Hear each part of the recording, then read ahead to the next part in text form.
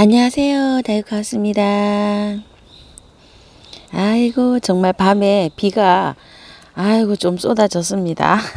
지금 약간 소강 상태를 보이고 있어요. 오늘도 시청자님 댓글에 궁금하신 점 한번 제 생각 이런 거 한번 말씀드려 볼게요. 여기 연화바이솔이잖아요.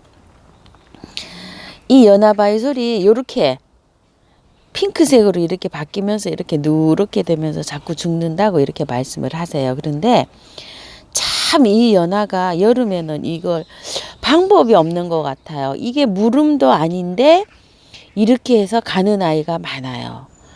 그래서 저도 이거를 몇 년을 키워보면서 이렇게 자꾸 돼가지고 이렇게 되면 이거 뽑아버리셔야 됩니다. 이렇게 된 아이를 이렇게 보면 이렇게 돼 있어요. 밑에가 이걸 버리셔야 되지 이 아이가 해생이 안 되더라고요. 흙이 들어가면 이 아이는 이런 증상이 더 심한 것 같더라고요. 그래서 여기 식재한 거는 제가 작년에 여기 앞에 여기 산에서 폰 100% 산모래에다 이 아이를 심어 봤어요. 그런데 요게 산모래에다 심은 아이가 제일 이렇게 맛있게 자라면서 그런 증상이 제일 없어요. 그래서 여러분들은 이거를 제가 이거 심으면서 한번 심어 볼게요 이렇게 말씀드렸잖아요. 그래서 100% 그냥 소림 마사나 가늠 마사 있죠. 또 강에서 강모래를 구하실 수 있으신 분들은 100% 마사에 한번 심어 보세요. 이게 지금 100% 마사에 심은 거예요. 그냥 그 흙이 들어가면 이 아이는 정말 웃자라게 되더라고요. 여기는 그 생명토 있죠. 거기에다가 반죽을 해가지고 이렇게 심어 놓은 거예요. 그런데 여기 생명토에 있는 아이도 웃자라요. 이렇게. 그리고 이 연화바이솔은 굉장히 햇볕이 많이 들어오는 댁에서 키우셔야 돼요. 햇볕이 이렇게 적은 집에는 이렇게 웃자랍니다. 저도 햇볕이 여기는 굉장히 많이 들어온 장소인데 생명토에 있는데도 이렇게 생명토를 약간 돌 위에다 이렇게 그 비빔밥을 해가지고 그 붙이고 그 위에다 이렇게 심었어요. 들어오는 입구예요. 이렇게 들어오는 입구, 저희 집 들어오는 입구에 이렇게 생명토를 얹어서 했는데 이 아이는 웃자랍니다. 이렇게. 그리고 요렇게 다른 아이들은 별로 이렇게 웃자람이 없는데 요거 야생 홍어 요 아이도 좀 웃자라고 있고요. 이렇게 보면 엄청 웃자랐죠? 그리고 이 연화 이렇게 웃자라고 있어요. 웃자람이 그렇게 심하진 않은데 이 정도도 웃자란 거예요. 아까보다도 요 장미꽃처럼 요런 게 벌써 하면 많이 이렇게 웃자란 표가 나죠. 이래서 이 생명토에 할 때도 그 생명토를 두껍게 하지 마시고 얇게 해서 이 아이는 얹어야지만이 괜찮을 것 같다는 그런 생각이 들어요. 두께를요. 생명토 두께를 이 생명토 아래에다가 제가 마사를 좀 얹고 저기 굵은 마사를 좀 얹고 이렇게 생명토를 위에 반죽을 해서 그런지 그 밑에 좀 이렇게 그 층이 형성돼 있잖아요. 굵은 마사를 얹고 이게 저기 마사를 얹었기 때문에 여기가 조금 좀 그 두께가 좀 있어요. 그래서 그런지 이렇게 웃자라고 있습니다. 다람쥐 꼬리는 이렇게 잘 자라고 있는데 이래서 또 한번 보러 가보실게요. 요거는 화분에 있는 거예요. 화분에 있는 건데 이것도 이렇게 많이 이렇게 웃자라고 있어요. 이것도 마사가 거의 90%고 흙은 거의 안 들어가게 제가 해서 이렇게 심었거든요. 그런데 이렇게 되죠. 이렇게 되면 결국 이 아이는 가더라고요. 이게 물음도 아닌데 얘는 이렇게 돼요. 이렇게 만져보면 뽀송뽀송해요 지금. 그래서 이렇게 두고 보고 있습니다. 연화가 이렇게 돼요. 근데 이게 많이 형성이 돼서 시들어서 그 죽게 되잖아요. 그럼 뽑아내셔야 돼요. 지금 상태는 저는 요렇게 돼 있어서 아직 뽑아내지는 않고 있어요. 그래서 지켜보고 있는데 해마다 이렇게 지켜보는데 이렇게 돼가지고요 말라버리더라고요 이 아이가. 그래서 그때 되면은 저도 뽑아버릴 거예요. 근데 물음도 아닌 것 같아요. 어떤 분은 또 물음이라고 또 하시는 분도 계셔요 이걸. 그런데 입장은 요렇게 색깔이 들면서 요렇게 핑크핑크하게 요렇게 예쁘게 됩니다. 무름 일반 다육이 그 무름 오는 거 있죠. 그런 거하고는 전혀 다릅니다. 또 저도 요렇게 해서 키우고 있답니다. 너무 복잡하죠. 아유, 요것도 자구 분리를 해야 될 것 같은 생각이 듭니다. 그런데 너무 작아갖고 지금은 손댈 수가 없어요. 조금 더 시간이 또 가야 됩니다. 그리고 제라늄, 카랑코에 이런 것들이 이제 꽃이 지고 제가 올려드린 영상에서 여름에 이제 대비해서 그 밑에 하엽도 좀 정리해 주시고 또 이렇게 하시라고 말씀을 드렸잖아요. 그리고 여름 동안에는 영양제를 주지 않습니다. 이렇게 말씀을 드렸잖아요. 휴식을 하기 때문에 영양제를 주면 빨리 자라라 빨리 자라라 이러면 괴롭히는 게 되거든요. 그래서 말씀드렸더니 영양제를 다른 것도 주지 않나요? 이렇게 말씀을 하시는데요. 저는 다육이나 이런 바이솔도 영양제는 여름에 전혀 안 합니다. 바이솔, 다육이 이런 것은 봄에 있죠. 초봄에 요걸 잠 깨울 때 영양제를 준다고 제가 말씀을 드렸잖아요. 이 아이가 동면에서 막 잠을 깰 때 아마 3월달쯤 됐을 거예요. 아이들 물을 줘서 잠을 깨우세요 이렇게 말씀을 드렸을 때 그때 영양제 딱 한 번 줍니다. 한 번. 그 이후에 영양제를 주시게 되면 너무 웃자라 가지고 이런 아이는 감당이 안 돼요. 이런 바이솔들은요. 그리고 저는 다육이도 마찬가지예요. 봄에 딱 한 번 주고 거의 그냥 하지 않습니다. 왜냐하면 봄, 가을로 분갈이를 하게 되잖아요.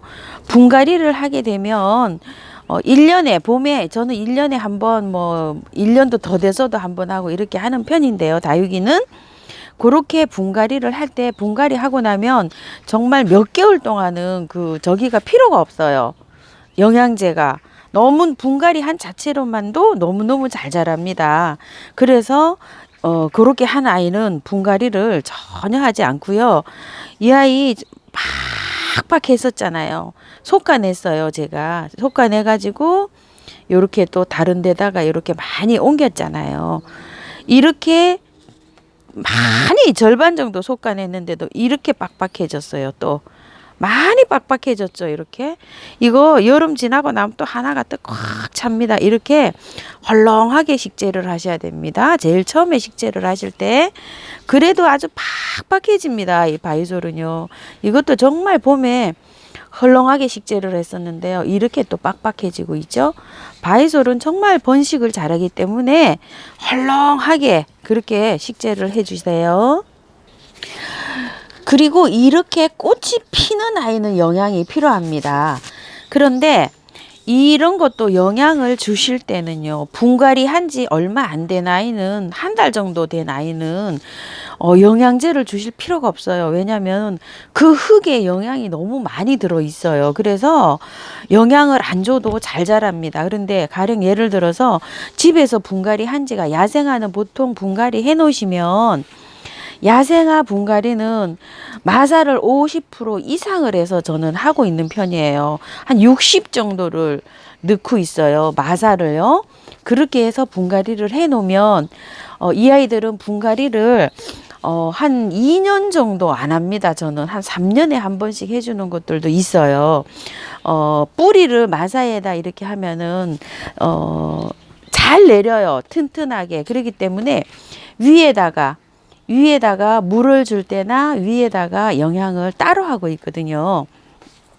저는 이제 유박을 위에다가 이렇게 얹어놔도 노지라 그래서 괜찮은데 아파트 안에서는 유박을 쓰신 분들이 초파리가 많이 생긴다고 또 하세요. 그래서 사용을 위에다 얹을 수는 없고 물에 희석해 갖고 한번 사용을 해보세요. 또 제가 여기 또 아파트에 사시는 지인 언니들은 물에 녹여 가지고 하니까 또 괜찮다고 하시는 분도 계세요. 그리고 이제 알갱이 영양제를 쓰시는 분들은 그걸 또 한번 써보시도록 하시고, 요렇게 금방 된 아이는 분갈이 한 자체만으로도 영양이 충분합니다.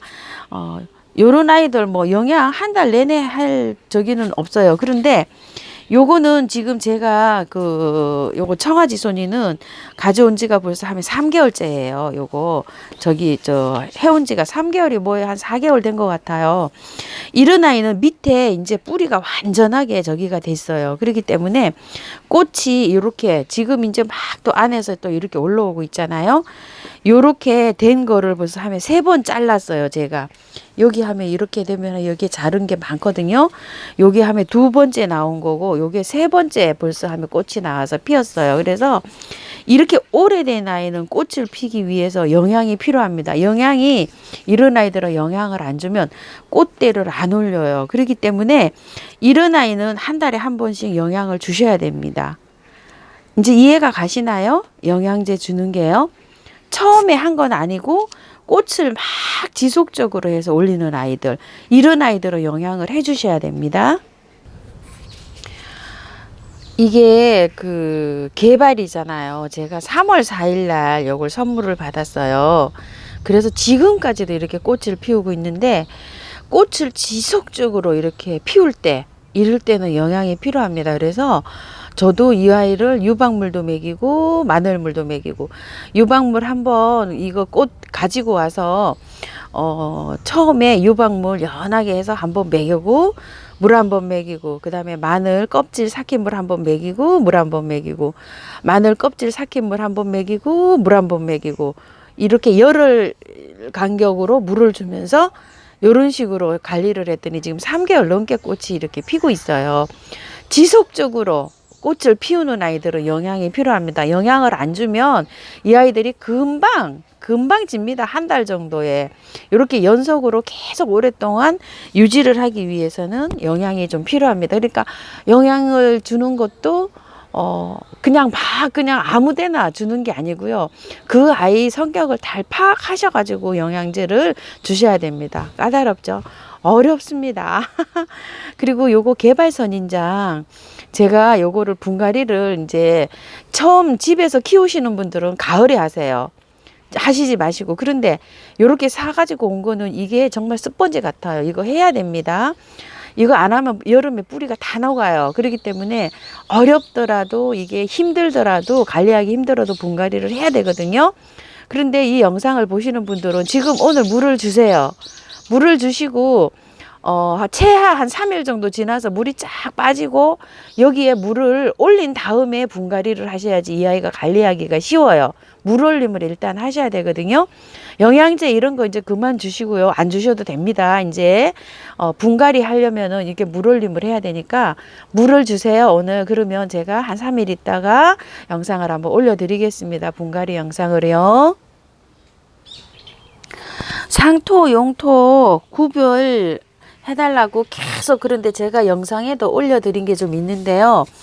간단하게 설명을 조금 빨리 드려볼게요. 이게 제가 어제 돈키호테 야생화에 가서 요거를 한 판은 아니고요. 한 열 몇 개를 제가 가지고 왔어요. 요런 거를 보시게 되면 이게 이 상토잖아요. 이게 상토에 아주 100% 상토에 이렇게 돼 있어요. 근데 이 상토가 오래되지도 않은 거예요. 막 스펀지처럼 돼 있지도 않고 이렇게 이제 퍼실퍼실 이렇게 되고 있습니다. 그런데 상토하고 뿌리하고 있죠. 이게 세 개가 다 불렀는데 보시게 되면 뿌리는 괜찮은데 상토하고 뿌리 부분에 이렇게 해서 다 녹았어요. 이렇게.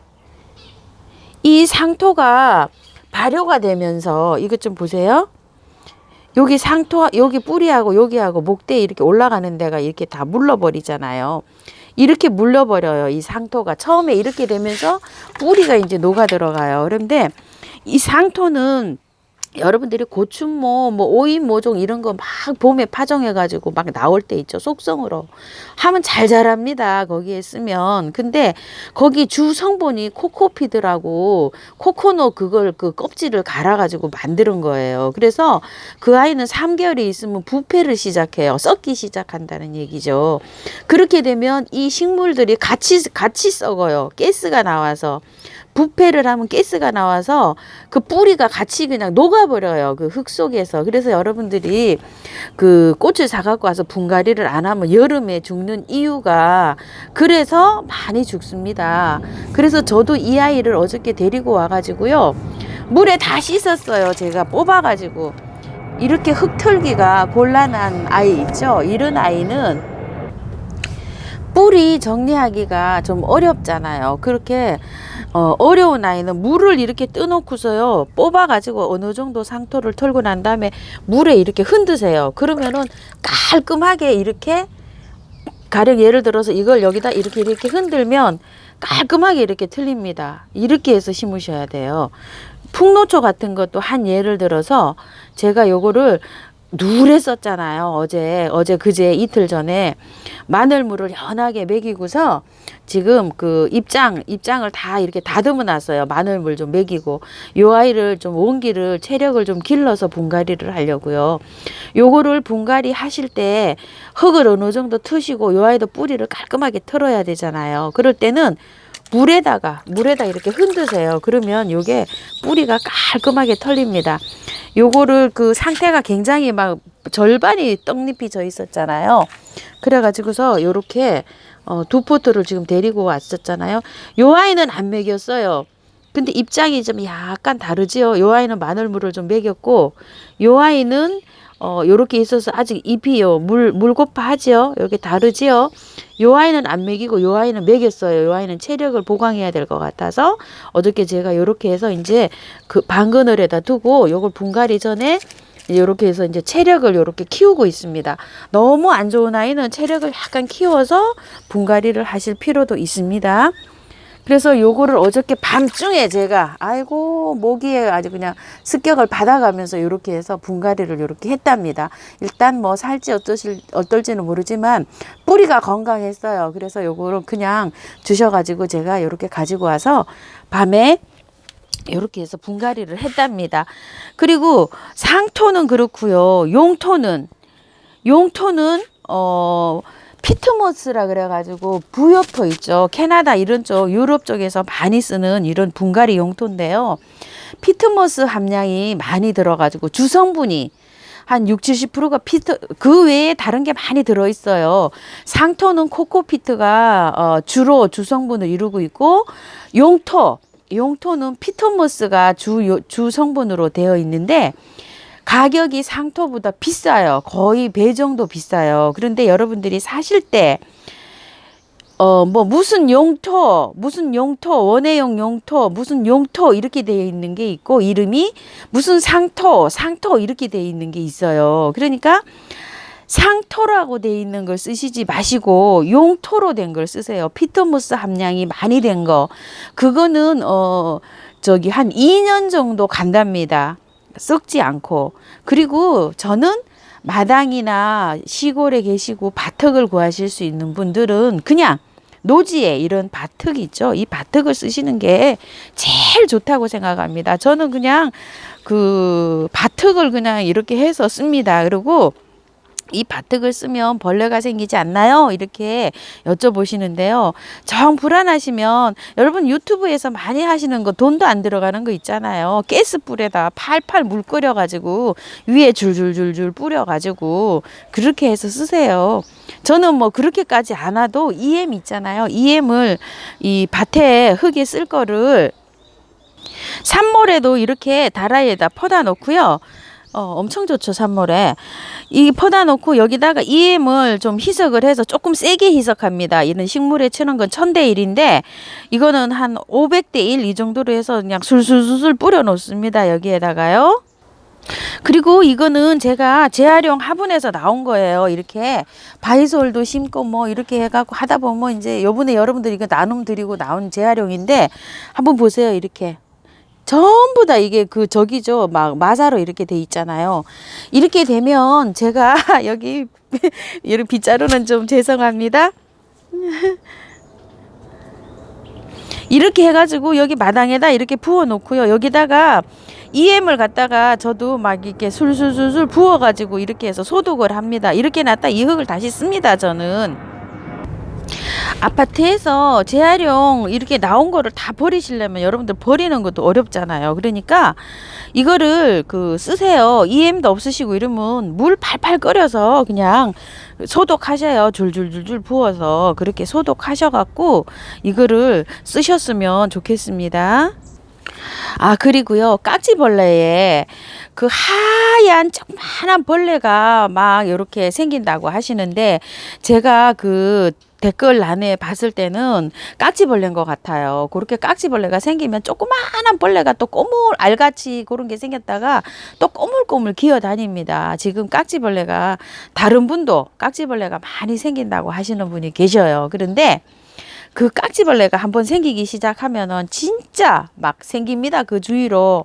얼른 빨리 그 분리를 하세요. 같은 그 옆에 있는 화분으로부터 멀리 분리를 하시고, 일단은 처치를 어떤 식으로 하냐면은요, 저는 작년에 바이솔이 엄청 생겼습니다. 그래서 제가 정말 그냥 고생을 너무너무 많이 했는데, 깍지벌레가 건조해서 생긴다고 이렇게 말씀하시는 분이 많으신데요, 제 생각은 틀립니다.